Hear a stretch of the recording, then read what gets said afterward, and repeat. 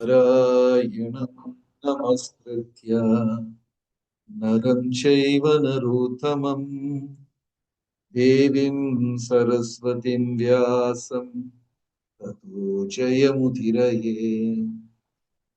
हे कृष्ण करुणा सिन्धो दीनबन्धो जगत्पते गोपेश गोपिका कान्त राधा कान्त नमोऽस्तुते।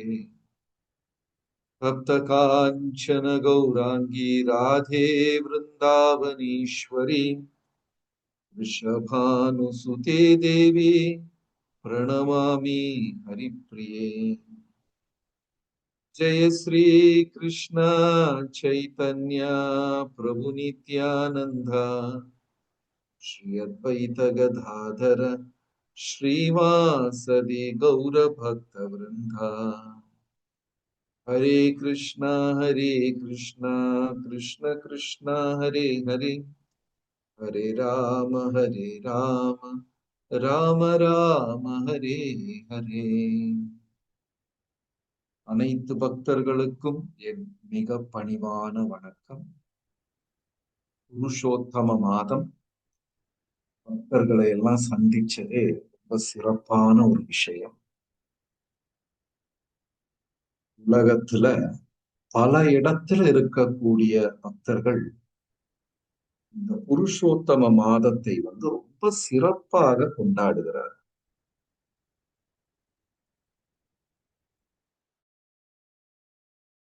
கேலண்டர், நம்மளுடைய கேலண்டர் படி சூரியனை சார்ந்த ஒரு கேலண்டரும் சந்திரனை சார்ந்த ஒரு கேலண்டரும் இருக்கு. சூரிய பஞ்சாங்கம், சந்திர பஞ்சாங்கம். சூரிய பஞ்சாங்கத்தின்படி ஒரு மாதத்திற்கு 30 நாட்கள் இல்லாவிட்டால் 31 நாட்கள். சந்திரனின் பஞ்சாங்கப்படி ஒரு மாதத்திற்கு 29 நாட்கள் இல்லைன்னா 30 நாட்கள். சந்திர பஞ்சாங்கத்துல எப்பவுமே ஒரு நாள் ஒரு மாதத்துல குறைவா, ஆங்கில பஞ்சாங்கம் இல்லைன்னா சூரிய பஞ்சாங்கத்தை விட ஒரு மாதத்துல ஒரு நாள் குறைவாக இருக்கு. வருஷத்துல ஏறக்குறைய 12 முதல் 25 நாட்கள் வரை குறையும். 12 நாட்கள் சாதாரண விதமாக ஒரு 12 நாட்கள் குறையுது அப்படின்னு வச்சுக்கோங்க. 3 வருடம் ஆகும் போது என்ன ஆகும்? 30 நாட்கள் குறையும். ஒரு மாதமே குறைந்து. அதனாலதான் 3 வருடத்திற்கு ஒரு முறை ஒரு அதிக மாதமாக புருஷோத்தம மாதத்தை சேர்த்து பஞ்சாங்கத்தை சரி செய்கிறார். அந்த மாதத்துக்கு ஆன்மீகமான நிறைய என்ன சொல்றது அனுக்கிரகம், அருள் இருக்கு அந்த மாதம். நம்ம கோயில்ல ஒரு துப்புரவு பணி செய்யக்கூடிய ஒரு வேலையாட்கள், ஒரு வேலையாள் இருக்கிறார். அவர் இப்பதான் பக்தியில ஆரம்பமா வந்திருக்கிறார். ஒரு மாலை 2 மாலை எல்லாம் ஜபம் செய்ய. வெளி உலகத்துல இந்த மாதிரி 13வது மாதத்தை பத்தி அவர் கேள்விப்பட்டதே இல்லை. நம்மளும் நிறைய பேரு பக்தியில வந்துதான், அட இப்படி ஒரு 13வது மாதம் இருக்கா அப்படின்னு எல்லாம் நம்மளே இப்பதான் கேள்விப்படுறோம். வெளி உலகத்துல ஆங்கில கேலண்டரை பின்பற்றக்கூடிய மக்களுக்கு 13வது மாதத்தை பற்றி தெரியவே தெரியாது. கோயில்ல துப்புரவு பணி செய்யக்கூடிய ஒரு மனிதர் இப்பதான் புதுதா பக்தியில எல்லாம் வர்றாரு, ஒரு மாலையெல்லாம் ஜெபம் பண்றாரு. அவருக்கு மாத சம்பளம் உண்டு. அவர் கேட்டார், இது நான் கேள்விப்படவே இல்லையே, நீங்க என்ன 13வது மாதம்னு எல்லாம் கோயில்ல சொல்லிக்கிறாங்க. ஆமாயா, அவன் 13வது மாதம் இருக்கு. ஓஹோ அப்படியா, அப்ப எனக்கு இந்த வருஷம் 13 தடவை சம்பளம் கிடைக்குமா, 13வது மாதத்துக்கு சம்பளம் கிடைக்குமா அப்படின்னு கேட்டார். நாங்க சொன்னோம், சம்பளம் கொடுக்கும் போது நம்ம ஆங்கில கேலண்டர் தான் பார்ப்போம். பக்தியில வந்து நம்ம வந்து 13வது மாதத்தை பார்ப்போம். அவர் சிரிச்சுக்கிட்டே இது ரொம்ப வேடிக்கையா இருக்கு என்று சொன்னார். ஆனா உண்மை அவர் கேட்டது விளையாட்டுக்காக அந்த கேள்வியை கேட்டிருந்தார். 13வது மாதத்திற்கு ஒரு சிறப்பு. எல்லா வருடமும் 12 முறை பகவான் அனுகிரகம் செஞ்சால் இந்த வருடம் நம்மை 13 முறை அனுகிரகம் செய்வார். புருஷோத்தம மாதத்துல சில சலுகைகள். நாம ஜபம் செய்வது, பகவானை பற்றி தெரிந்து கொள்வது, புத்தகங்கள் பாகவதம் படிப்பது, மற்றவர்களுக்கு பிரச்சாரம் செய்வது எல்லாமே ரொம்ப சிறப்பான ஒரு விஷயம். இன்னைக்கு வந்து பாகவதத்துல ரொம்ப புகழ் பெறாத 2 தலைப்புகளை பற்றி ஆரம்பிக்கிறதுக்கு முன்னாடி முதற்கண் எல்லா முதிர்ந்த பக்தர்களுக்கும் என் பணிவான வணக்கத்தை தெரிவித்து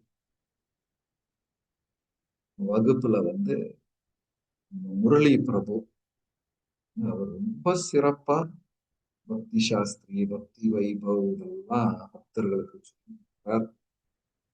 நூற்றுக்கணக்கான பக்தர்கள் இந்த வகுப்புகளை படித்து பாகவதத்தின் உள் கருத்துக்களை தெரிந்து கொள்கிறார்கள். அவருக்கு என் வணக்கத்தை தெரிவித்திருக்கிறேன். மாதாஜி எல்லாம் ரொம்ப சிறப்பா இந்த கிளாஸ். மற்ற முதிர்ந்த பக்தர்கள் சிலவங்க பேர் எனக்கு தெரியும், சிலவங்களை முகம் தெரியும். யாருக்கும் அப்ப இதுல வந்து 2 அத்தியாயங்கள், ஒரே அத்தியாயம் தான், 2 கதைகள். ஒன்று ஒரு ஒரு பாம்பை பற்றிய கதை. இனி ஒன்று ஒரு அரக்கனை பற்றிய. இது வந்து அவ்வளவு புகழ் பெற்ற கதை கிடையாது. ராவணன், கம்சன் என்று சொன்னால் உலகத்தாருக்கு எல்லாருக்குமே தெரியும். ஒரு முறை பிருந்தாவனத்துல பகவானுடைய தந்தையார் நந்தகோபர் மற்ற கோபர்கள் எல்லாருமே சிவபெருமானை வணங்குவதற்காக அம்பிகாவனத்திற்கு செல்லுகிறார். சிவபெருமானை வணங்க போகும். அழகான விஷயம் என்னன்னா, பகவான் கிருஷ்ணருடைய குடும்பம் சிவபெருமானைத்தான் வணங்கிக் கொண்டிருந்தார். நந்தகோபர் வந்து சிவபெருமானை வணங்கிக் கொண்டிருந்தார். அவங்கெல்லாம் நிறைய பேர் தேவர்களை வணங்கிக் கொண்டிருந்தார். அவர்களுக்கு கிருஷ்ணரை தெரியும். ஆனால் அந்த கிருஷ்ணர் முழுமுதற் கடவுள் என்று தெரியாது. பாருங்களேன் வேடிக்கை. நமக்கு கிருஷ்ணர் முழுமுதற் கடவுள் தெரியும். ஆனா விருந்தாவனத்துல இருந்த கோபர்களுக்கு கிருஷ்ணர் முழுமுதற் கடவுள்னு தெரியாது. அப்படின்னா நம்ம வந்து விருந்தாவனத்துல இருந்த கோபர்களை விட உயர்ந்தவர்கள் அப்படின்னு நினைக்க முடியுமா? ஒரு மாயை. மாயைனா நம்ம மாயை கிடையாது. அவர்கள் பக்தியின் மாயை, யோக மாயை. ஏன் அந்த மாயையில பகவான் அவர்களை வைத்திருக்கிறார் என்றால், அப்பதான் லீலைகள் வந்து அழகா சிறப்பாக இருக்கும். எல்லாமே தெரிஞ்சு போச்சுன்னா என்ன சுவாரஸ்யம் இருக்க போகுது வாழ்க்கையில? இந்த பெண்ணை திருமணம் செய்தால் 2வது நாள் அடி கிடைக்கும், 3வது நாள் பிரச்சனையாகும், 4வது நாள் சண்டை வரும், எல்லாமே தெரிஞ்சு போனா எவனாவது அந்த பெண்ணை திருமணம் செய்வானா? எல்லாமே தெரிந்து போனாலும் வாழ்க்கை வந்து ஒரு இயந்திரமாக இருந்தது. பகவானே பிரஜவாசிகள், பிருந்தாவன வாசிகளுக்கு பகவானை பிடிக்கும். பகவான் அவர்களுக்கு உயிர். இருந்தாலும் அவர் முழுமுதற் கடவுள் என்று தெரியாது. யோக மாயையில் இருக்கிறார். பகவான் வந்து தன்னுடைய விஸ்வரூபத்தை காமிச்சா கூட யசோதா சரி சரி வா வந்து நான் சொல்றேன் சாப்பிடு என்று பகவானை வந்து விரட்ட ஆரம்பித்தார். இப்போ பக்தர்களுக்கு வந்து பகவானுடைய உறவு, பகவானுடைய அருள் அதுதான் முக்கியமே தவிர பக்தர்களுக்கு என்ன சொல்றது, பகவானுடைய மகிமை அவ்வளவா பெரிய நாட்டாய் அவர்கிட்ட இது இருக்கு அது இருக்கு அதெல்லாம் பிரச்சனை இல்லை. எவ்வளவு அழகாக லீலைகள் ஆடிக்கொண்டிருக்கிறார். அந்த மாதிரி அந்த விஷயங்கள் தான் அவங்களுக்கு ரொம்ப முக்கியமாக தெரியும். ஒரே நிமிஷம் கேமரால எதுவுமா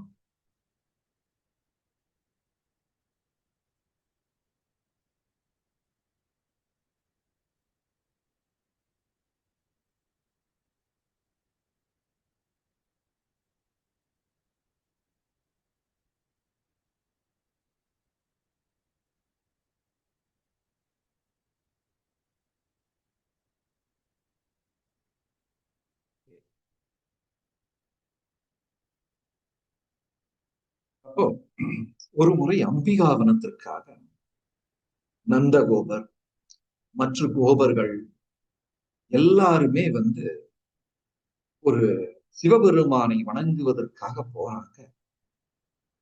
அதிகாலையில 2 மணி 1:30 மணிக்கெல்லாம் எந்திரிச்சு சரஸ்வதி நதியில குளிச்சு சிவபெருமானை வணங்குவதற்காக சரஸ்வதி நதியின் கரையில உட்கார்ந்துகிட்டு இருக்கிறாங்க. அப்ப அந்த இருட்டுல பெரிய ஒரு மலைப்பாம்பு நந்தகோபரை கவ்வி விடுகிறது. அவர் காலை கவ்விருச்சு. அவருடைய காலை பிடித்துக் கொண்டு மெதுவாக முழுங்கிக் கொண்டிருக்கிறது, விழுங்கிக் கொண்டிருக்கிறது காலை. பெரும் ஐயோ ஐயோ என்று அபயக்குரல் கொடுங்க.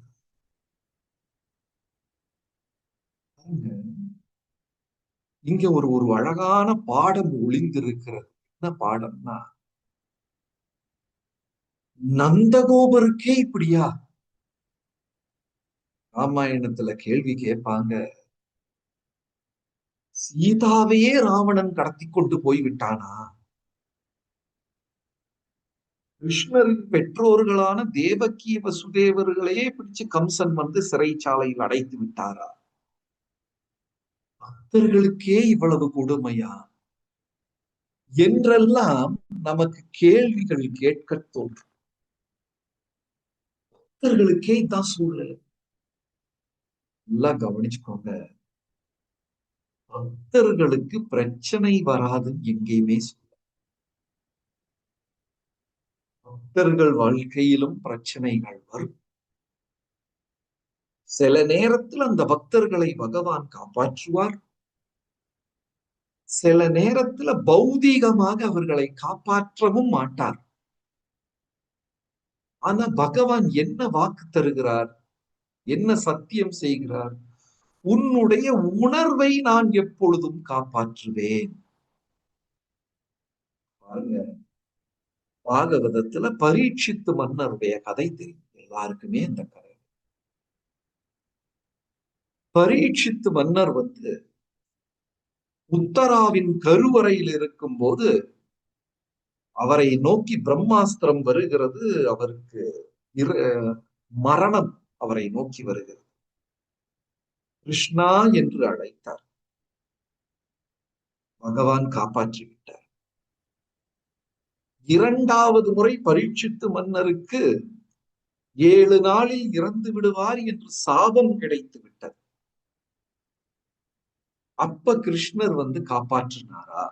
என்னுடைய கேள்வி என்னன்னா, 2 முறை அவருக்கு மரண பயம் இல்லைன்னா மரணத்தின் செய்தி வந்தது. முதல்ல கருவறையில் இருக்கும் போது அவருக்கு மரணத்தின் செய்தி வந்தது. 2வது 7 நாள்ல சாபம் என்றும் மரணத்தின் செய்தி. முதல் தடவை பகவான் நேரடியாக பரீட்சித்து மன்னரை காப்பாற்றினார். 2வது முறை பரீட்சித்து மன்னரை அவர் காப்பாற்றினாரா? என்னுடைய கேள்வி. 2வது முறை காப்பாற்ற பக்தர்களுக்கு வாழ்க்கையில சோதனைகள் வரும். சில நேரம் பகவான் காப்பாற்றுவார், சில நேரம் காப்பாற்றுவார். ஆனா எதை காப்பாற்றுவேன் என்று வாக்குறுதி கொடுக்கிறார், அதுதான் ரொம்ப முக்கியம். நான் எதை காப்பாற்றுவேன் வாக்குறுதி கொடுக்கிறாரு? உன்னுடைய உணர்வை காப்பாற்றுவேன் அப்படின்னு வாக்குறுதி கொடுக்கிறார். பரீட்சித்து மன்னரை மரணத்தில இருந்து பகவான் காப்பாற்றல. ஆனா என்ன ஆயிடுச்சு, அந்த மரணத்துக்கு முன்னாடி 7 நாள் பாகவதம் கேட்கக்கூடிய வாய்ப்பை கொடுத்துட்டார். அப்படின்னா மரணத்துக்கு அப்புறம் நீ நிரந்தரமாக என் உலகத்தில் என்னுடன் வாழ்வாய். பகவான் ஒரு பக்தருக்கு நிரந்தரமான அருள் என்ன அதுதான் பாக்குறாரு. நம்ம என்ன நினைக்கிறோம், எப்படியாவது என் முதுகு வலியில இருந்து என்ன காப்பாத்தி, நம்மெல்லாம் சோர்வா இருக்கு, எப்படியாவது என் உடல் நிலையை சரியாக்கி. அவர் என்ன சொல்றாருன்னா, நான் உடம்பையே மாற்றி இளமையான ஒரு உடம்பு, ஆன்மீக உடம்பை தந்து நான் உன்னை என் பக்கத்திலேயே வைத்துக் கொள்கிறேன் என்கிறார். நம்ம என்ன சொல்றோம், அதெல்லாம் வேண்டாம், முதுகு வலியை மட்டும் மாத்தி. நம்ம ரொம்ப தற்காலிகமான லாபத்தையே பார்த்து கொண்டிருக்கோம். லௌகீகமாக சில நேரம் நம்மளை காப்பாற்றுவார் பகவான், சில நேரம் காப்பாற்றாமல் இருப்பார். ஆனா உணர்வை கண்டிப்பாக பக்தர்களுக்கும் சோதனைகள் வரத்தாச்சு. எல்லாம் நினைச்சு நம்ம கவலைப்படக்கூடாது. இப்ப இங்க சோதனை யாருக்கு வந்திருக்கு, பகவானின் தந்தையாரான நந்தகோபருக்கே சோதனை வந்து விட்டது. அதுவும் அவரு என்ன சினிமா பார்க்கவா போனாரு, சிவபெருமானை வணங்கச் சென்றார். சரஸ்வதி நதியில, அந்த புண்ணிய நதியில போய் குளிக்க போயிருக்கிறார். ஆனா அந்த பாகவதம் என்ன சொல்றதுன்னா, பகவானை சரணடைவதுதான் தேவர்களை சரணடைவதை விட சாலச் சிறந்தது.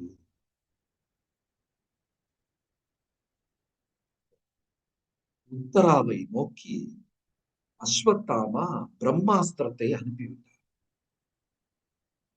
ஆனா உத்தரா பக்கத்துல யார் நின்று கொண்டிருக்கிறார்கள், கணவனின் தந்தையார்கள் 5 பேர் பக்கத்துல நின்றுகிட்டு இருக்கிறாங்க. பீமா, கர்ணா, அர்ஜுனா, தர்மபுத்திரர், நகுலன், சகதேவன் எல்லாருமே உத்தரா பக்கத்துல நிற்கிறாங்க. கணவரின் தந்தைகள் அவங்கெல்லாம். கணவனான அபிமன்யுடைய தந்தை. அர்ஜுனன் என்று சொன்னால் பெரும் வில்லாளி வீரன், அவருக்கு நிகரா இந்த உலகத்துல யாருமே கிடையாது. ஆனா 5 பேர் நிற்கும் போதும் உத்தரா யாரை அழைத்துக் கொண்டு ஓடினார்கள், கிருஷ்ணரை அழைத்துக் கொண்டு ஓடினார். பாஹி பாஹி மகாயோகி தேவதேவா ஜெகத்பதே நான்யம் த்வத் அபயம் பஷ்யே யத்ர மிருத்யு பரஸ்பரம். கிருஷ்ணா, மரணத்தை என் கண் முன்னாடி கண்டு கொண்டேன், நீங்கள் இல்லாமல் எனக்கு வேற அபயம் கிடையாது. சரி, பக்கத்திலேயே அர்ஜுனர் நிற்கிறாரே, அர்ஜுனரை கூப்பிட வேண்டியதுதானே.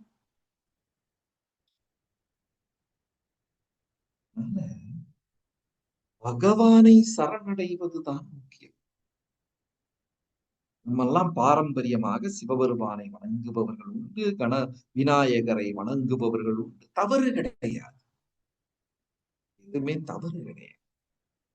ஆனா உயர்ந்தது எது, மாம் ஏக்கம் சரணம் பிரஜா, நான் ஒருவனே என்னை மட்டுமே சரணடைய வேண்டும். ஏகோ தேவோ தேவகி புத்திர ஏவா, ஒரு தேவன் நமக்கு போதும், தேவக்கியின் மைந்தனான கிருஷ்ணன். இரண்டாவது இதுல என்ன தவறுனா, நடு ராத்திரியில நந்தகோபர் குளிக்க போயிருக்கு. எல்லாத்துக்குமே ஒரு காலம் உண்டு, தவறான காலத்தில் செய்து விட்டார் என்று பாகவதம் சொல்லு. இப்போ நம்ம ஹரே கிருஷ்ணா ஜபம் எந்த நேரத்துல பண்ணினாலும் அழகுதான். இருந்தாலும் காலையில 4 மணிக்கு 5 மணிக்கு பண்ணக்கூடிய ஜபத்தின் கவனத்திற்கும், இரவு 12 மணிக்கு பண்ணக்கூடிய ஜபத்தின் கவனத்திற்கும் வேறுபாடு இருக்கா இல்லையா? காலையில 4 மணிக்கு பண்ணும்போது கவனமா இருக்கும். அதே நைட்டு 12 மணிக்கு எந்திரிச்சு உட்கார்ந்து பண்ணிக்கிட்டு இருந்தோம். வீட்டுல இருக்கிறவங்க சொல்லுவாங்க, இவனுக்கு என்ன பிசாசு பிடித்து விட்டதா, பேய் பிடித்து விட்டதான்னு நம்மளை கிண்டல் செய்வார்.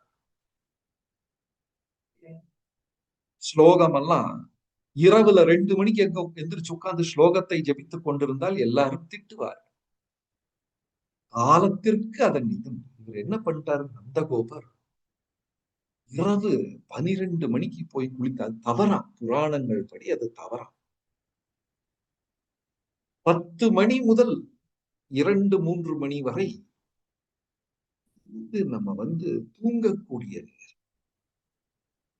அதுல ஆன்மீக செயல்கள் செய்யலாமான்னா நல்லதுதான். ஜபம் எல்லாம் பண்ணுனா நல்ல விஷயம்தான். ஆனா இவர் அந்த நேரத்துல சரஸ்வதி நதியில குளிச்சு மதச்சடங்குகள் செய்ய தயாராகி விட்டார். மத சடங்குகள்லாம் ஒரு நேரம். பக்தி அப்படி கிடையாது. பக்தி அதை விட உயர்ந்தது. தத்ரார்ப்பித நியமித ஸ்மரணேன காலா. எந்த கால வரையறையும் கிடையாது பகவானுடைய நாமத்திற்கு. ஆனா மதச்சடங்குகளுக்கு கால வரையறை உண்டு. கணபதி ஹோமம், விநாயக ஹோமம், அதுக்கு ஒரு நேரம் உண்டு. இரவு 2 மணிக்கெல்லாம் பண்ணு. இங்க 2 விஷயம் அழகா நமக்கு தெரிஞ்சுக்கலாம். ஒண்ணு, பகவானுடைய தந்தையான நந்தகோபருக்கும் சோதனை வந்தது. எல்லா பக்தர்களுக்கும் சோதனை வரும். பௌதீகமா பகவான் சில நேரத்துல நம்மளை காப்பாற்றுவார், சில நேரத்துல காப்பாற்றாமல் போய்விடும். ஆனா எதை காப்பாற்றுவேன் என்று வாக்குறுதி கொடுக்கிறார்? அந்த பக்தனின் உணர்வை எந்த நேரத்திலையும் நான் காப்பாற்றிடுவேன். மக்கள்லாம் வயசாகும் போது சிலப்போ உடல்லாம் வேலை செய்யாது. படுத்த படுக்கையா இருப்போம். சாக போறோம், உயிரை விட போறோம். நம் உடலை சரி செய்வேன் என்று பகவான் வாக்குறுதி கொடுக்கல. ஆனா என்ன வாக்குறுதி கொடுக்கிறாரு? அந்த உயிர் விரியும் நேரத்தில் என்னை நினைக்கக்கூடிய மனதை உனக்கு நான் தருகிறேன். அவரை நினைச்சுக்கலாம். கிருஷ்ணான்னு அழகா பேக்கப் பண்ணிட்டு போயிடலாம். இந்த வாக்குறுதி. நந்தகோபரை இந்த பாம்பு பிடித்து விட்டது.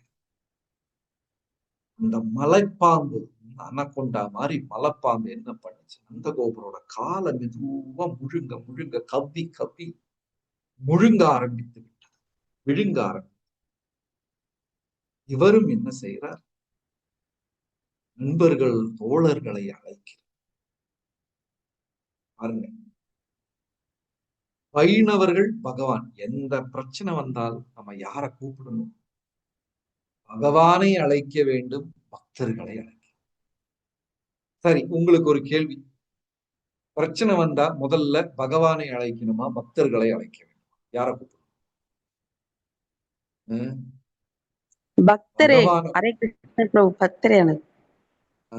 பக்தரை அழைக்கணும். ஏன்னா பகவான் அழைச்சோன்னு வச்சுக்கோங்க, காது கேட்கலன்னு பேசாம படுத்துக்குவார். திரௌபதி மாதா கிருஷ்ணா கிருஷ்ணா என்று அழைத்துக் கொண்டே இருந்தார்கள். பகவான் சொன்னார், நீதான் சாரிய பிடிச்சுக்கிட்டே தானே கூப்பிட்ட, அதை விட்டு இருந்தேன்னா நான் வந்திருப்பேன். திரௌபதி என்ன சாரி விடக்கூடிய சூழ்நிலையிலேயே இருந்தாங்க. அவர் ஏதாவது கிண்டல் பண்ணிக்கிட்டே இருப்பார். ஆனா பக்தர்களை அழைத்து விட்டால், பக்தர்கள் சொன்னா பகவான் கேட்காம இருக்க முடியாது. பிரதிஜானீஹி கௌந்தேய நமே பக்த பிரணஷ்யதி. அர்ஜுனா, நீ சென்று பறைசாற்றி கூறு, என் பக்தர்களுக்கு தோல்வியே கிடையாது. ஏன்? அந்த ஸ்லோகத்தை இவரே சொல்லி இருக்க வேண்டியதா? பகவத்கீதையில 600 சில்லற ஸ்லோகம் சொன்ன கிருஷ்ண பகவான் இந்த ஒரு ஸ்லோகத்தை மட்டும் என்ன செய்கிறாரா?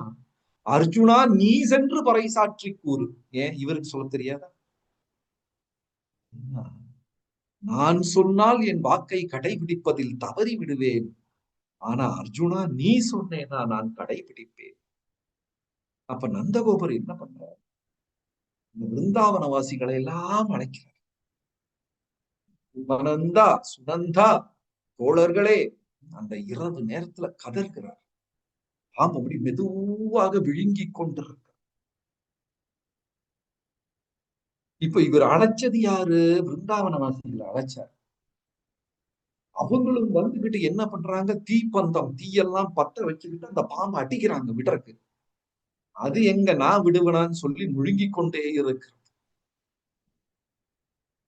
உடனே கிருஷ்ண பகவான் அந்த குழந்தை பகவான் ஓடி வந்து பாம்பு மேல அந்த பாதத்தை வைக்கிறாரு. உடனே அந்த பாம்பு மறைத்து அழகான ஒரு கந்தர்வன் வித்யாதரன் உருவெடுக்கிறார். பாருங்க, பக்தர்கள் அழைச்ச உடனே யார் வந்துட்டாரு? கிருஷ்ணர் ஓடி வந்தார். இந்த கோபர் பக்தர்களை அழைத்த உடனே கிருஷ்ண பகவான் ஓடி வந்தார். ஓடி வந்து தன் கால் பாதம் பட்ட உடனே பகவானுடைய பாத கமலத்திற்கு அத்தனை மகிமை. ராமாயணத்துல ஒரு கதை. ஏன் வந்து சீதா பிராட்டிக்கு இவ்வளவு சோதனை என்று ஒரு கதை. நீங்க இந்தியால திருப்பதி கோயில் கேள்விப்பட்ட, திருப்பதி சீனிவாசர் கோயில், பாலாஜி திருமலை. அங்க வந்து இரவுல ஏகாந்த சேவை என்று ஒரு சேவை. ஏகாந்த சேவை இரவுல. அந்த ஏகாந்த சேவை அப்படின்னா நம்மளை அழைச்சுக்கிட்டு போய் பகவான் முன்னாடி உட்கார வச்சிருவாங்க. உட்கார வைத்துக் கொண்டு அங்க வந்து பகவானுடைய அலங்காரங்களை மாற்றுவது, அவரை உறங்க வைப்பது, இதெல்லாம் நடந்துகிட்டு நம்ம உட்கார்ந்துகிட்டே பார்க்கலாம். தனி சிறப்பான சேவை. இந்த சேவைக்கு ஏகாந்த சேவை என்று பெயர். ஒரு முறை கிருஷ்ண பகவானுக்கு வந்து விசிறியாட்டி கொண்டிருந்த ஒரு பக்தர், ஆருக்கன் என்ற கிருஷ்ணருக்கு வந்து விசிறியாட்டி கொண்டிருக்கிறார். அந்த விசிறி ஆட்டி கொண்டிருக்கும் போது அவர் கண்ணெல்லாம் நிறைஞ்சிருச்சு. ஆஹா, பகவானுக்கு விசிறியா சேவை செய்யக்கூடிய எனக்கு ஒரு வாய்ப்பு கிடைச்சது. பகவானுக்கு வந்து இப்படி பக்கத்துல நின்று சேவை செய்யக்கூடிய வாய்ப்பு கிடைச்சது. இப்படி எல்லாம் நினைத்து கொண்டு அவர் அழுக ஆரம்பிச்சார். ஆனா அழுக ஆரம்பிச்ச போது என்ன ஆச்சா, அவர்னால அந்த சேவையை செய்ய முடியல. அவர்னால அந்த சேவையை செய்ய முடியல. உடனே தன்னுடைய பாவத்தை அவர் சபிக்கிறார். இந்த பாவத்தினால எனக்கு பகவானுக்கு சேவை செய்ய முடியல, எனக்கு இந்த பாவம் வேண்டாம். புரியுதா நான் சொல்றது? பகவானுக்கு சேவை செய்து கொண்டிருக்கும் போது அவருக்கு நான் சேவை செய்கிறேனே அப்படிங்கிற எண்ணம் தலை தூக்கி கண்கள் நிறைந்து உடம்பு நடுங்கி அந்த சேவை செய்ய முடியல. பாருங்களேன், இதெல்லாம் நம்மளால சிந்திக்க கூட முடியாது. நமக்கு எங்க சேவை செய்யும் போது கண்ணுலையா தண்ணி வருது? ஒண்ணும் கிடையாது. இது எப்ப முடியும் என்று சலித்துக் கொண்டே செய்கிறோம். இப்ப சீதா பிராட்டி, சீதா தாயார் ஒரு நாளைக்கு ராமரை நினைத்துக் கொண்டிருக்கும் போது பகவான் பக்கத்துல இருந்து சேவை, அவருடைய பாதத்தை, சாரி லட்சுமி, சீதா கிடையாது, லட்சுமி தாயார் பெருமாளின் பாதத்தை சேவை செய்து கொண்டே இருக்கிறார்கள். கண்ணிலிருந்து தண்ணி வந்து கொண்டே இருக்கு. ஐயோ, பகவானுக்கு நாம கைங்கரியம் சேவை செய்கிறோமே, அவர் பாதத்தை பாத சேவை செய்திருக்கோம், எவ்வளவு பெரிய பாக்கியம் என்றெல்லாம் அப்படியே நினைச்சு நினைச்சு கண்ணுல தண்ணி வந்து உடலெல்லாம் மெய் சிலிர்த்து என்ன ஆச்சு, அவங்களுக்கு அந்த சேவை தொடர முடியல. அதனால அந்த லட்சுமி தாயார் பிரார்த்தனை செய்தார்கள், உன் நினைவு உன் சேவையை தடுக்கிறது என்று. பாருங்க என்ன ஒரு விசித்திரம். பகவானே உங்களுடைய நினைவு ஸ்மரணை, உங்களை நினைக்கிறதே வந்து உங்க சேவையை தடுக்குது. அதனால எனக்கு தனிமையில சேவை செய்ய வேண்டும் என்று பிரார்த்தனை செய்தார். அதனாலதான் சீதா பிராட்டிக்கு ராமரிடமிருந்து பிரியும் ஒரு நிலை வந்தது. ஏகாந்த சேவை, தனிமையில சேவை செய்கிறார். பகவான் ஓடி வந்து தன்னுடைய பாதம் பட்ட உடனே அந்த வித்யாதரன், அந்த பாம்பு, அந்த பாம்பின் உருவம் மறைத்து ஒரு அழகான வித்யாதரன் உருவெடுத்து பகவானுக்கு முன்னாடி தலைவணன். நந்தகோபுரம் விடுபட்டு விட்டார், விடுதலை கிடைத்து விட்டார். உடனே பகவான் கேட்கிறாரு, யார்ப்பா நீ, என்ன நடந்தது? இந்த வித்யாதரன் சொல்லுகிறான், நான் வந்து ஒரு பெரும் அழகன். அழகன் அவன் வித்யாதரன் என்று சொன்னாலே பெரும் அழகன் ஆண்கள். இந்த தேவர்களுக்கு அழகு என்று சொன்னால் பேரழகு, அவ்வளவு அழகா இருப்பாங்க அந்த வித்யாதரன். அந்த அழகுல ஒரு அகந்தை. இளமையும் செல்வத்திலையும் அகந்தை இருக்கவே கூடாது. ஏன்னா இது ரெண்டுமே ஒரு நாளைக்கு நம்மளை விட்டு போயிடும். இளமையும் நிரந்தரம் கிடையாது, செல்வமும் நிரந்தரம் கிடையாது. எப்படி வருமோ ஒரு நாளைக்கு அப்படி நம்ம. ஆனா இந்த வித்யாதரனுக்கு தன் அழகில் ஒரு அகந்தை. நமக்கு கூட அப்படி சில சில பௌதீகமான விஷயத்துல நான் பெரிய மேனேஜர், நான் பெரிய ஆபீசர், நான் நிறைய படிச்சிருக்கேன், நான் செல்வந்தன், நான் அழகாக பாடுவேன், அழகாக ஆடுவேன், நான் சமையல் செஞ்சா அவ்வளவு சிறப்பா இருக்கும். இதெல்லாம் சின்ன சின்ன அகந்தைகள் நமக்கு இருக்கா இல்லையா? யாருக்கும் அகந்தை இருக்கு, நான் என்ற அகந்தை. அந்த வித்யாதரனுக்கு நான் அழகன் என்ற ஒரு அகந்தை. சரி, அகந்தை இருந்தா வச்சுக்கிட்டு பேசாம இருக்க வேண்டியதுதான். அங்க போற வர்ற முனிவர்களை எல்லாம் பார்த்து சிரிக்கிறது, கேலி செய்வது. ஏனென்றால் அவங்க எல்லாம் ஜடை முடி ஜடை எல்லாம் வச்சுக்கிட்டு காவி ஆடைகள் அணிந்து கொண்டு தாடி எல்லாம் வச்சுக்கிட்டு உடலை பற்றி கவலைப்படாமல் இறைவனை பற்றியே கவலைப்பட்டவர்களை சிந்தனை செய்யும். இதுல கூட ஒருத்தர் இருக்கிறார், அஷ்டவக்ர முனி அப்படின்னு ஒருத்தர் இருக்கிறார், முனிவர் அஷ்டவக்ரா. அவரோட சிறப்பு இல்லைன்னு அவருடைய இது என்னன்னா, அவர் உடல்ல 8 இடத்துல உடைஞ்சிருக்குமா பாருங்க. காலு ஒரு இடத்துல உடைஞ்சு நொண்டியா நடந்தாலே அசிங்கம். இந்த அஷ்டவக்ர முனிவருடைய உடல் 8 இடத்துல உடைந்திருக்கும், வளைஞ்சிருக்கும். அவர் அதை பத்தியே கவலைப்படல, பகவானை பற்றி கவலைப்பட்டுக் கொண்டிருக்கிறார். சைதன்ய சரிதாமிரதத்துல ஒரு பிராமணர், அவர் உடம்புல புண்ணு வந்துருச்சு, அந்த புண்ணுக்குள்ள புழு இருக்கு. அவர் நடந்து போகும்போது அந்த புழு தவறுதலா வெளியே விழுந்துருச்சு. அந்த பிராமணர் கவலைப்படுகிறாரா, என் உடல்ல இருந்து புழு வெளியே விழுந்துருச்சே, அதுக்கு அடைக்கலம் எங்கே என்று சொல்லி அந்த புழுவை தூக்கி மறுபடியும் அந்த புண்ணுக்குள்ள விட்டுக் கொள்கிறார். பாருங்க, இந்த முனிவர்கள் துறவிகள் எல்லாம் அவங்க உடலை பத்தி கவலைப்படுறதே கிடையாது.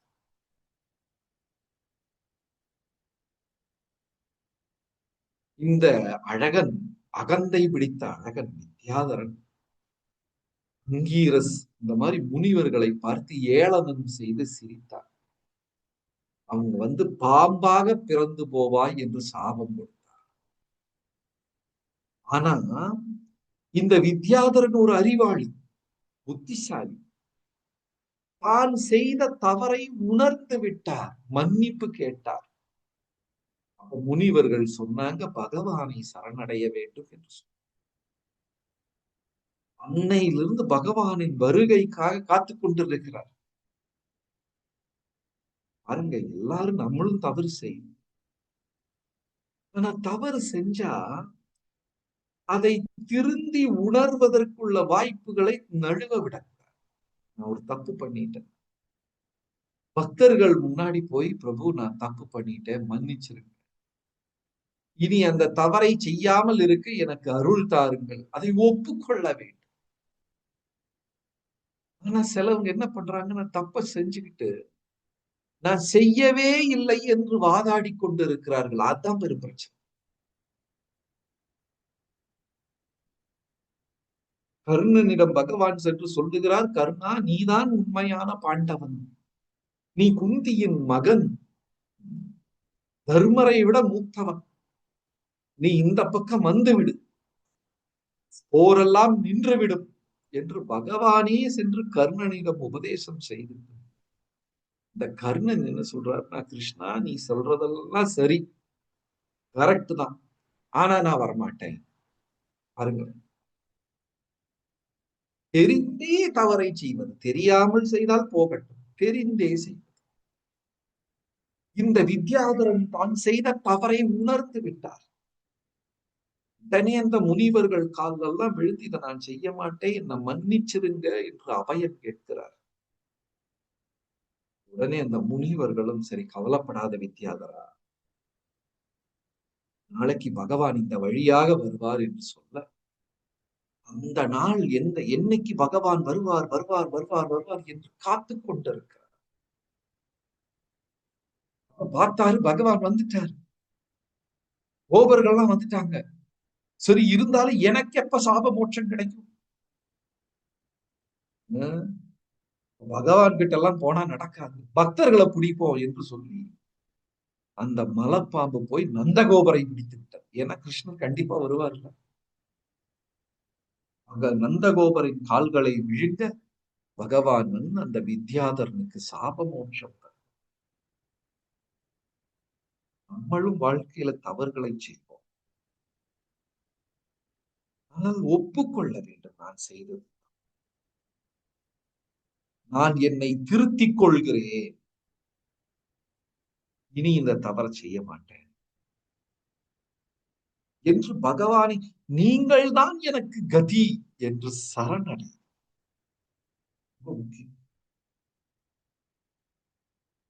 புருஷோத்தம மாதத்துல பிரார்த்தனை பிரார்த்தனை என்று சொல்கிறோம். பிரார்த்தனைனா என்ன?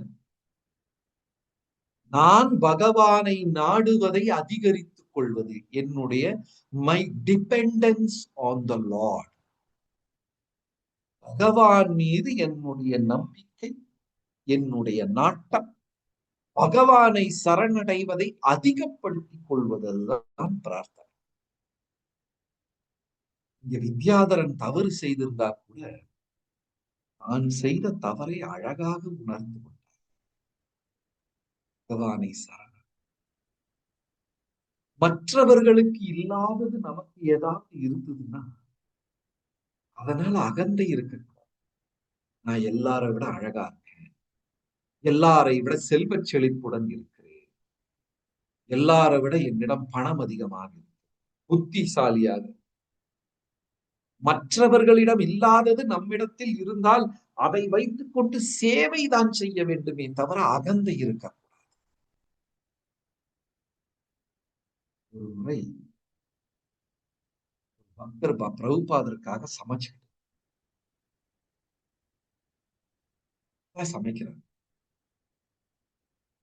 உடனே பிரபுபாதர் வந்து ஒரு அவையில சொல்றார், இந்த பக்தர் அவ்வளவு அழகா சமைப்பாரு,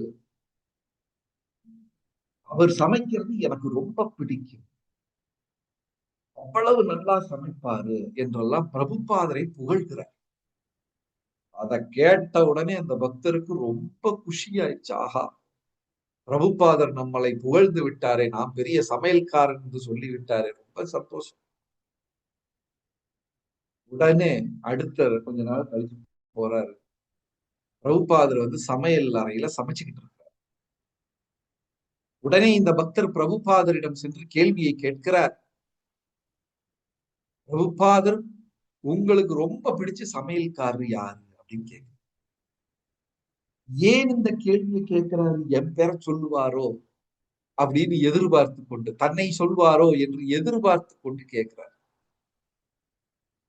பிரபுபாதர் சிரிச்சுக்கிட்டே இவர் கேட்கிறாரு, who is your favourite cook? உங்களுக்கு ரொம்ப பிடித்தமான சமையல்காரர் யாரு? பிரபுபாதர் சொல்றாரு, நானே தான், எனக்கு பிடிச்ச சமையல்காரர் நானே தான். அந்த பக்தனுடைய அகந்தையை உடைத்து விட்டார். ஏன்னா இவர் எதிர்பார்த்துட்டு போனார், என் பேரை சொல்லுவாரோ அப்படின்னு எதிர்பார்த்து. இனி ஒரு பக்தர் பிரபுபாதர் கிட்ட சொல்றாரு, I am the most humble person,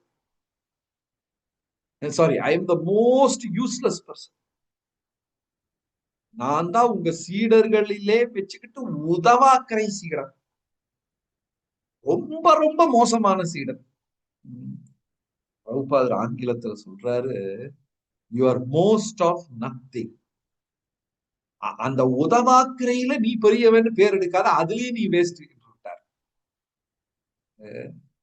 அதாவது, நான் உங்கள் அடிமை, நான் உங்கள் ரொம்ப கீழே இருக்கிற அந்த பணிவுல பாருங்க, அதுக்குள்ளேயே ஒரு அகந்தை இருக்கும். அந்த அகந்தையை உடைத்து விட்டார்.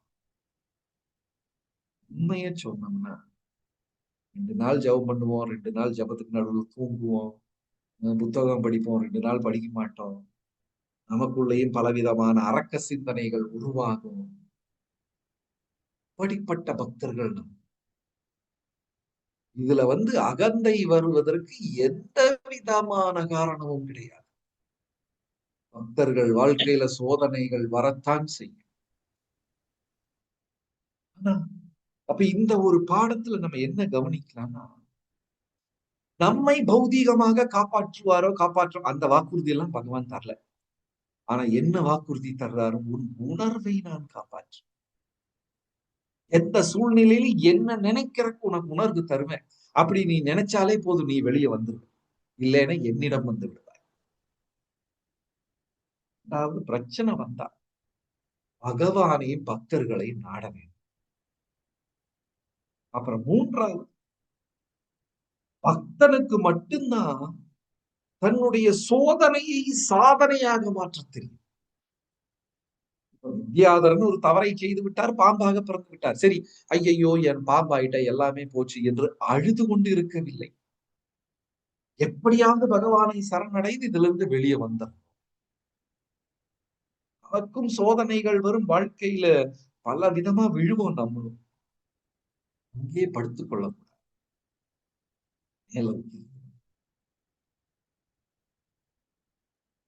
ஹரே கிருஷ்ணா. இப்ப நம்ம 2வது பகுதிக்கு போலாம்.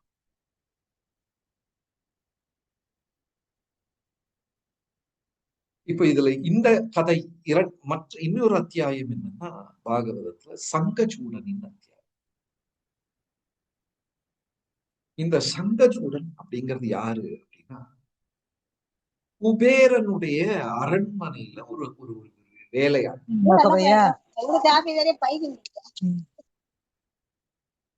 குபேரனுடைய அரண்மனையில ஒரு வேலையாள் இந்த சங்கச்சூடன். இது 2வது கதை. அங்கு என்ன வேலை?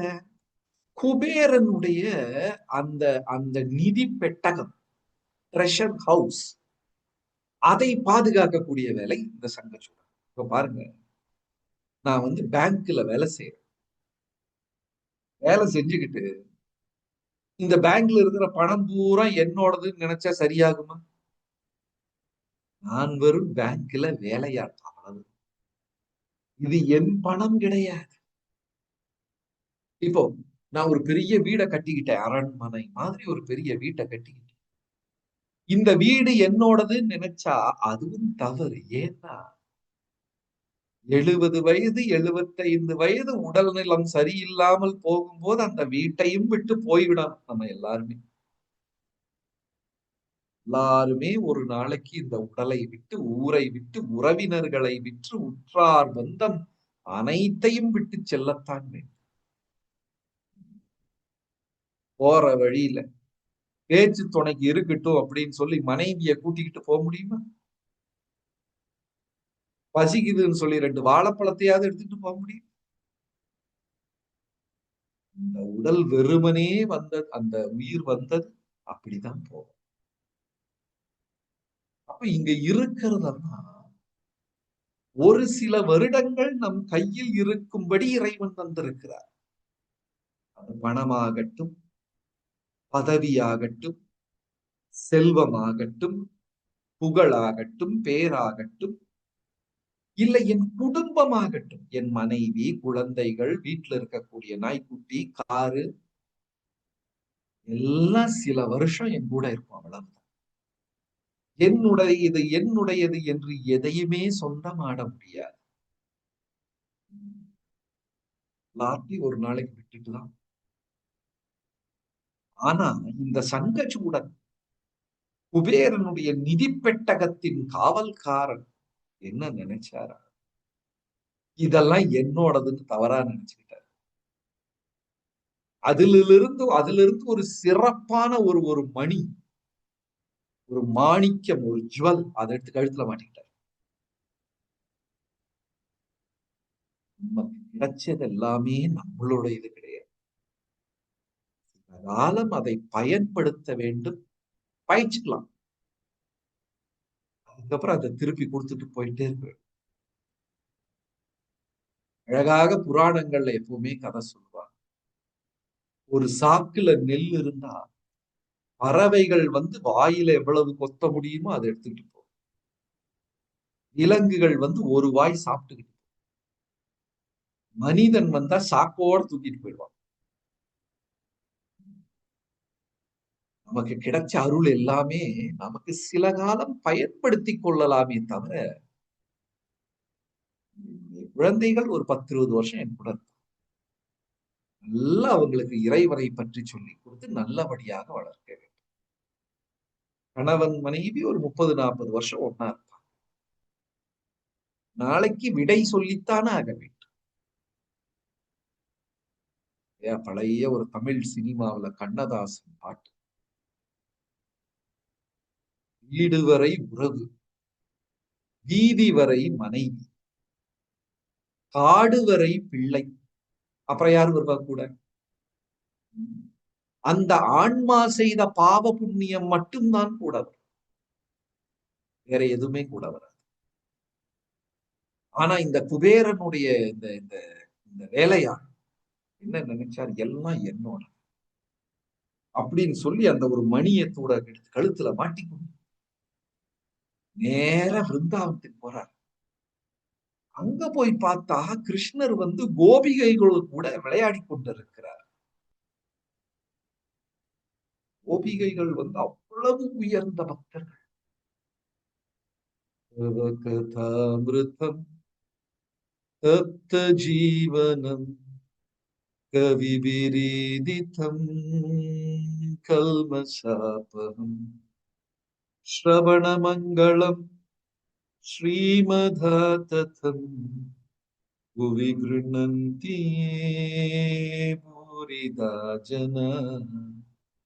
அவ்வளவு உயர்ந்த பக்தர்கள் கோபிகை. அந்த கோபிகைகள் கூட பகவான் ராசலீலை ஆடிக்கொண்டிருக்கிறார். ஒரு பூர்ணிமா, கோலோத் பூர்ணிமா என்று சொல்வார். ஒரு பௌர்ணமி நிலா நாள். பௌர்ணமியினாலே பகவான் ராசலீலை ஆடுவார். சரத் பூர்ணிமா அப்படின்னு கார்த்திகை மாதத்துல கூட ரொம்ப புகழ்பெற்ற பௌர்ணமி சரத் பௌர்ணமி. பூர்ணிமான ஒரு ராசலீலை பக்தர்கள். இந்த சங்கஜூடன் அங்க போய் பார்த்துக்கிட்டு, ஆஹா பொறாமை. யார் மேல பொறாமை பாருங்க, கிருஷ்ணர் மேலேயே பொறாமை. தவறு. நமக்கும் பொறாமை உண்டு. இப்ப திடீர்னு நம்ம கூட்டத்துல இருக்கிற ஒரு பக்தர், நமக்கு கிடைக்காத வாய்ப்பு அவருக்கு கிடைச்சிருச்சு. என்னது? குருநாதர் வந்துட்டு நீ என் கூடவே இரு, எனக்காக அடுத்த 2 வாரம் சமையல் செய், என் கூடயே நீ பயணம் செய். மற்றவர்களுக்கு கிடைக்காத ஒரு அருள் ஒரு பக்தனுக்கு கிடைச்சிருச்சுன்னா மற்ற பக்தர்கள் மனசுல கொஞ்சம் அப்படி பொறாம வரும். நம்ம வேணா அழகுக்கு இல்லை என்றெல்லாம் சொல்லலாம், ஆனா கண்டிப்பா நிறைய பேருக்கு பொறாமை வரும். அந்த பொறாமையை தெரிந்து கொண்டு அப்பொழுதே அதை வேருடன் வெட்டிவிட வேண்டும். பக்தர் உயர்ந்த பக்தர், அவருக்கு அருள் கிடைத்து விட்டது, எனக்கும் ஒரு நாள் கிடைக்கும் என்று பொறுமையாக காத்திருக்க வேண்டும். இல்லாம பக்கத்துல போய் அதா அவரு பெரிய டொனேஷன் கொடுத்தாரு அதனாலதான், இல்ல அவரு இப்படி என்று புகார் பேசுவது, ஏளனம் பேசுவது, கேலி பேசுவதெல்லாம் நம்ம வேலை கிடையாது. ஆனா இந்த சங்கச்சூடன் பொறாமைப்பட்டு கடைசியில் பகவானிடமே பொறாமை. கோபியர்கள் கூட விளையாடுறாரே, நமக்கு விளையாடுனா என்ன என்று சொல்லி சில கோபியர்களை கடத்தி கொண்டு ஓட முயற்சி செய்தார். இந்த கோபிகைகள் எல்லாம் கிருஷ்ணா பலராமா என்று உறக்க அடைக்க ஆரம்பிச்சு. அன்றைக்கு அங்க பலராமரும் இருந்தார். பகவானும் பலராமரும் துரத்துவதை பார்த்து அந்த அரக்கன், அந்த சங்கச்சூடன் பயந்து கோபியர்களை விட்டு விட்டு ஓடி விடுகிறார்.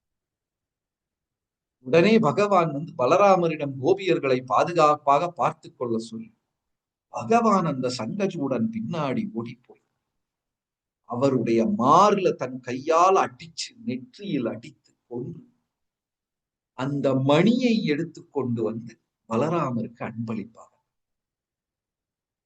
இப்போ நம்ம 2 கதை பார்க்கலாம். முதல் கதையில அந்த வித்யாதரன் பாம்பாக வந்து நந்தகோபரை பிடித்தார். பகவான் அவருக்கு மோட்சத்தை கொடுத்தார். 2வது கதையில சங்கஜூடன் கோபியர்களை பிடித்தார். ஆனா சங்கஜூடனுக்கு மோட்சத்தை தரவில்லை, மரணத்தை தந்தார். ஏன் 2 வித்தியாசம்? 2 பேரும் தவறை செய்தார்கள். 2 பேரும் பக்தர்களை அபகரிக்க முயற்சி செய்தார்கள். ஆனா ஒருத்தருக்கு மோட்சம், இனி ஒருத்தருக்கு மரணம். அங்க இந்த வித்யாதரன் பாம்பாக வந்து தன் தவறை உணர்ந்தார். சங்கஜூடன் வந்து தவறை ஒப்புக்கொள்ளவில்லை. நான் முதல்லயே சொன்னேன். தவறு செய்வது இயல்பு, நம்ம எல்லாருமே தவறு செய்வோம். ஆனால் அந்த தவறை அந்த பாவத்தை அந்த பகவானிடம் மன்றாடி நான் செய்ய மாட்டேன், அந்த தப்பை ஒப்புக்கொள்றதுலயே பாவம் கம்மியாயிடும். ஆனா சிலவங்க என்ன செய்யறாங்கன்னா அந்த தப்ப அழகா மறைக்கிறாங்க. மறைக்கும் போது அதன் பாவம் செய்யக்கூடாது. அதுக்கப்புறம் இந்த கதையில இன்னொரு அழகு என்ன, அந்த மணியை கொண்டு போய் பலராமரிடம் கொடுக்கிறார். ஏன் அந்த மணியை பலராமருக்கு கொடுக்கிறாரு? இந்த மணியை ஏன் பலராமரிடம் கொடுக்கிறார் அப்படின்னா, பாகவதம் சொல்லுகிறது, பலராமருக்கு ஒரு கவலையம். கிருஷ்ணர் என்ன இங்க நிக்க வச்சுட்டு அவருக்கு போயிட்டாரு, அதுக்கு பதிலா அவர் இங்க நின்னுதான் நான் போய் அந்த சங்கஜூடன் அடிச்சு கொண்டு வந்திருப்பேன்ல. ஏன்னா பலராமருக்கு கிருஷ்ணருக்கு சேவை செய்யும், லட்சுமணருக்கு ராமருக்கு சேவை செய்ய வேண்டும். பலராமருக்கு வந்து நான் இங்க என்ன பாதுகாப்பா நின்றுகிட்டு, கோபியர்கள் கூட கிருஷ்ணர் நிக்கட்டும், நான் போய் அந்த சங்கஜூடன் அடி அப்படின்னு ஒரு எண்ணம் வந்ததா பலராமர். அப்ப அந்த பலராமருடைய அந்த சின்ன எண்ணத்தை புரிந்து கொண்டு அந்த மணியை கொண்டு வந்து பலராமருக்கு அன்பளிப்பாக. இந்த உலகத்துல எவ்வளவு உயிரினங்கள் இருந்தாலும் அந்த ஒரு உயிரினமும் பகவானிடம் காண்பிக்கக்கூடிய அந்த பக்தி பகவான் கணக்கில் எடுக்க. ஒரு பக்தனுக்கும் பகவானிடம் தனிப்பட்ட உறவுகள் கண்டிப்பாக. பக்தர்கள் வாழ்க்கை ரொம்ப சிறப்பான வாழ்க்கை, பெரும் பாக்கியம். புருஷோத்தம மாத நல்வாழ்த்துக்கள். அடுத்த வகுப்புல வாய்ப்புல மறுபடியும் சந்திப்போம். நன்றி, வணக்கம். ஹரே கிருஷ்ணா பிரபு. ஹரே கிருஷ்ணா. ரொம்ப நன்றிங்க பிரபு. ரொம்ப அழகா பகவானோட லீலையை வந்துட்டு பகிர்ந்துக்கிட்டீங்க. இந்த புனிதமான மாதத்துல உங்களுடைய சங்கம் கிடைச்சதுல எங்களுக்கு ரொம்ப ரொம்ப சந்தோஷங்க பிரபு. மறுபடியும் நீங்க ஐஐசில மறுபடியும் வந்து நிறைய இந்த மாதிரி ஆன்மீக வகுப்பு கொடுக்கணும்னு நாங்க ரொம்ப தாழ்மையோட வேண்டிக்கிறோங்க பிரபு.